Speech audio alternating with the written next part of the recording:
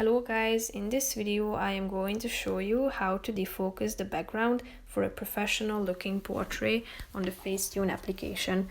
But first I just want to mention, don't forget to subscribe to my channel because at 10,000 subscribers I am going to show you my whole YouTube revenue statistics and growth strategy, how to make money online. So let's jump into it. First of all, open the application on your phone and tap on a picture that you want to edit. After that, slide to the right side of the screen until you find the defocus button, so tap on it. And then click on the defocus button and use the circle tool to defocus the background.